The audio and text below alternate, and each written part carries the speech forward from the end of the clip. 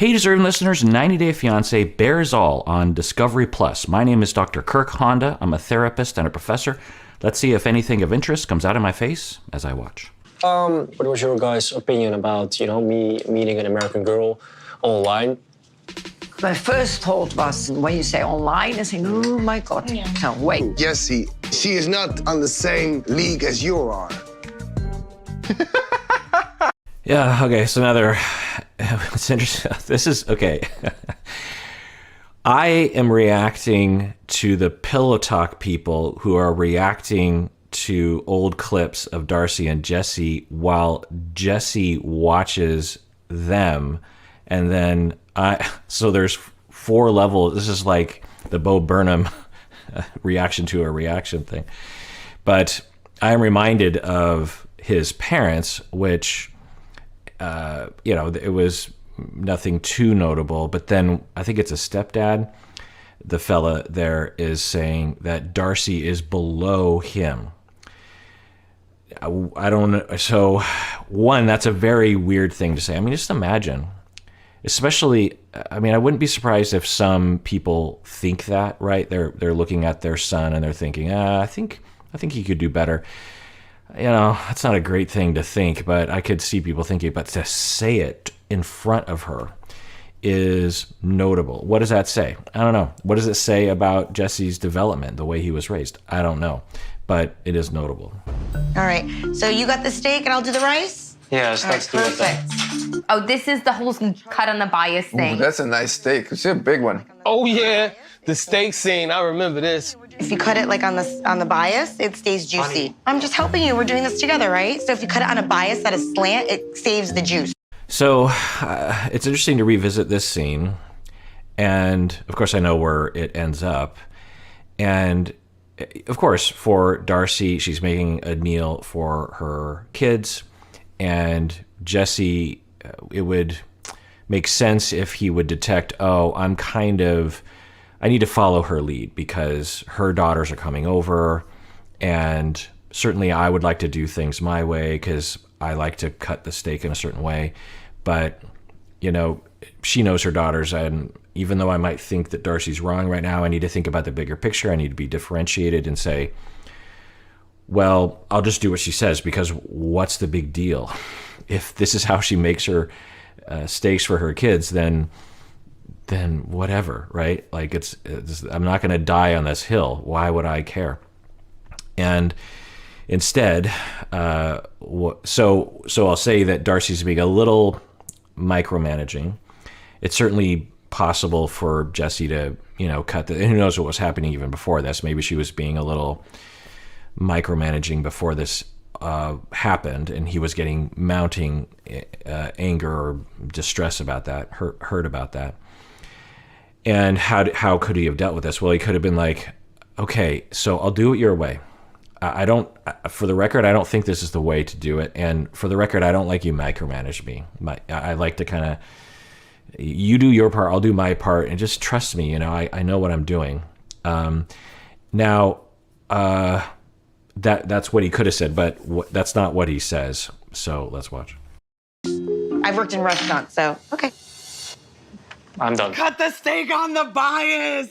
Cut the meat on the bias. So then he says, I'm done, and walks out. Now, I think I remember thinking back then when I watched this, maybe more than a year ago, that it was probably a good move by him to get out of the house to take a break. Maybe he could take a breath. He could come back in and say, okay, I've reset. I'm back in the situation. That isn't what happens, of course, but I will say that, it did look like Darcey was being a little micromanaging.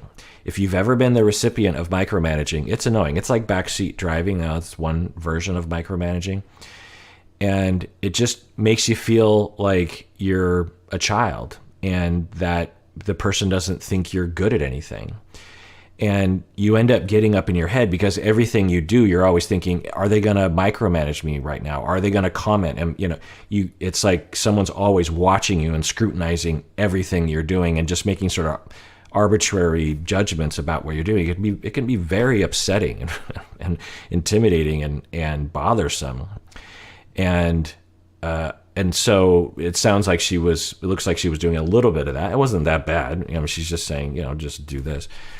So, it's okay that he's upset, but the amount of upset that he gets points to a lot of traumas around humiliation or power. Something got triggered in him, and he, had a huge reaction. When he's in this situation, his goal is, I think this is when he was meeting the daughters for the first time, that he's really wanting to impress them. He talked about that. And so to have one of their biggest fights in front of his what he thought would be his future stepdaughters, I think was totally against his goal. I also wonder about Darcey's triggering of him, almost kind of like poking at him in front of the girls. Maybe she feels like, okay, now you're in my realm because I have my girls with me, and so I'm going to kind of get you in ways that I couldn't otherwise. I don't know. It's just a speculation. I'm not gonna lie. She was showing him to cut it the right way. Everybody. So what? Sometimes you just gotta let him do the way he wants it to do it. But then it's not gonna be juicy and so yummy. So what? You eat it not juicy and not yummy instead of this. You gotta be smart. A man is cooking his damn steak. I am in New York, and I am here. Okay, they're not going to show us the blow up that he has. If I remember right, he's sitting outside and the camera comes outside and he's like, just like, she's always doing this, really. And then they're slamming of doors. He comes back in. They're yelling at each other. They're bickering over dinner. The girls are like, oh boy, what's happening? And it just goes on from there. So anyway, I guess they're recapping the whole thing. I have to tell you about things in my life, but we're not even. Oh my God, he's like, oh, please. Who wears glasses inside the car? Oh my God, with my Sherpa jacket. Oh, get out of this car, please. Oh. I came here out of respect and integrity, Can you guys love. drop my bags off at the hotel, please? Yeah. So if I remember right, they had separated and there had been all the fighting, right?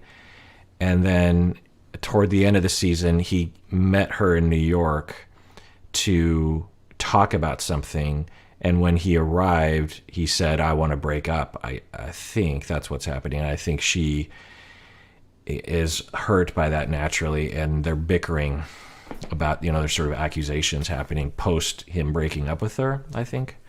Keep drinking, Darcey. Really? I don't Hide drink. problems. This is unbelievable. Get out of my life! Dude. Yeah, and I remember for the first time seeing her at the depths of her pain, which is usually a place where she thinks she's unlovable, I think, and believes nothing will ever work out. And, it's common when you've just broken up with someone or someone's just broken up with you, particularly. But I think that it was the first time I saw the foundation of her defenses, that part of her belief system or schemas that she's defending and running away from frequently in a variety of ways. So, and I guess now that I think about it, because one of the interesting things seeing her with Jesse, Tom, and Georgie is seeing the beginning of the relationships with each of them, and how appreciative she is of the romantic gestures that they would exhibit. And when you watch those beginnings, they showed a clip of Georgie and Darcey in the beginning. I'm like, oh yeah, I remember. It's a very overt, showy way of showing one's love. And, there's nothing wrong with appreciating that, but it's perhaps, unless there's this super obvious, showy example of, am I safe with you? Then it's fear that sets in, and maybe that's what happened with Georgie, right? In the beginning, there was all this showiness, maybe not as much as Jesse and Tom, but some. The pandemic hit, and then there's maybe you just get into the routine of your relationship, and there's less of the showy romantic side, and that's when the worry starts to kick in, and the sure feel, that she became sure of a feeling that he wasn't in her corner, that he didn't actually love her, and that he was treating her terribly. Now, we have to hold out for the possibility that we don't know what's going on behind the scenes, and he might have been doing that. But if he wasn't, or at least it wasn't significant, then we're left wondering we're left hypothesizing as to why she would distort it, why she would see it that way. Anyway, let's see. Let's see, what will Jesse say here? I've been playing this game while I watch Bears All, trying to predict what's happening. I imagine Jesse will, because he seems rather diplomatic. I think he is trying to come across, I'm sure everyone is on the show to some extent. I think he will try to come across as that's in the past and she is a weird person and what are you going to do? I'm guessing that's his, because I'm guessing he doesn't want to get into it to make himself look like Darcey mattered to him or that he was rattled by that. Let's see what he says. Okay, but there were a lot of the couples that were kind of tough on you, right? Was there something that somebody said? Did you go, okay, you know what? I kind of messed up in that moment. I don't feel anything with what anyone says. I had my own experience, and looking back at it, I'm just very grateful. I'm glad I went through this. Right. I would say that's a pretty diplomatic response. I'm sure if he was with his friends and more candid, he would say other kinds of things. And I think a lot of people on the show would be that way. You're being filmed. You're like, this is going out to the world, and it's going to be debated on Twitter for the next couple of weeks, and reaction videos are going to be made. And so I want to make sure that I don't say something that is going to get me in trouble or ruin my brand, because from my understanding, for him, his career somewhat depends on his ability to appeal to the internet at large. And so, he's going to be concerned about that. I'll look back and I don't have to ever go through that again. Yeah. Okay. When you look back at that relationship, right, what were you thinking? Did you have a good laugh, or was you like, this guy's crazy? Well, I feel that there's some wording that you use that is a little off-putting. 2 thumbs up to him for asking Sean, just be like, hey, what do you see? Not a lot of people in his position would do that, because he would imagine I'm probably opening myself up to some criticism. And 2 thumbs up to Sean for actually, diplomatically giving him some feedback. It was just like, yeah, there was some things that you said and the way you said it that was off-putting. This is interesting. I'm curious just because on one hand, he's concerned about how he comes across to people. On the other hand, he hasn't exhibited the ability to own his own problems. I don't think we've ever seen him say, you know what, I have issues. And one of my issues is da-da-da. I don't think we've ever seen him say that. People will interpret that as narcissistic personality disorder. But everyone's like this. The more insecure we are, the more terrified we are of admitting that we have a problem. Because we don't have as an example, as a professor and as a therapist, as I work through my career and gain more years and experience, I am much more resilient to negative feedback as a professor and as a therapist. When I first started out as a professor and a therapist, I could not handle negative feedback. I mean, that's an exaggeration. It was much harder on me. So when they have a hard time taking responsibility, it's not because they're waking up in the morning going, ha ha ha, I'm gonna not take responsibility. It's because their life has been such that they have very little self-esteem to stand on to evaluate themselves in a more nuanced way. But I'm curious, really, I'm very curious. This show is interesting, Bears All, because there's a lot of data given to us in terms of personality and stuff. So let's see what he says. Mm-hmm. When you call the host of this show sweetheart instead of her name, that is listen, sweetheart. Yeah, that's how it comes off. Okay. And for somebody as sensitive as Darcey, when you use certain words, that can be triggers.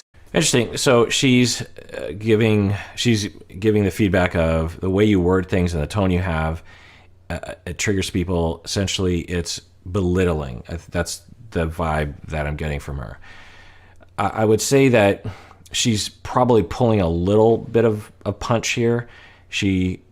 I'm guessing behind the scenes would say much stronger language. She's probably trying to say it in a way that's truthful but not terrible to him and hostile to him. So I'm worried that given that she's wording it in a careful way, he's not going to really understand what she's saying, but maybe he will. Let's watch. For her, I feel that you two were more attracted to the drama of your relationship than actually being in a relationship. That's what I thought. You nailed it. Now, I did feel kind of bad for you when you were. So I'm guessing they must have cut something out of there, but he says, you nailed it about the last thing that she said, which I'm not a fan of that interpretation, that people are addicted to the drama. It's like saying that people are addicted to, I don't know, stabbing themselves. And no one's addicted to things that are bad for them, right? Or people are addicted to bad relationships or something. And I get that it can look that way, or it seems like a viable conceptualization, but to me, I feel like I need something deeper than that, something more logical. Because why would you be attracted to something that's bad? You need some sort of explanation as to why you would perpetually, in a pattern way, be attracted to something bad. So let me evaluate that for the two of them, that they're addicted to the drama. No, actually, I wouldn't say that at all. I wouldn't say that doesn't reflect my conceptualization. Now, it's just a conceptualization. There's no scientific way of just studying this, but the way that I see it is that they were in a very typical conflict pattern of frequently hurting each other with tone or micromanaging or whatever. And they carried with them the pain of their past before they ever met each other. And were constantly vying for who was, particularly I think him, who was in control. And I think maybe that's why the cutting on the bias thing happened, was because now that the daughters were there, it was like, okay, now you're in my realm. You're at my house, I'm going to dictate, now I get a chance to actually assert power in the situation, and I'm going to micromanage you.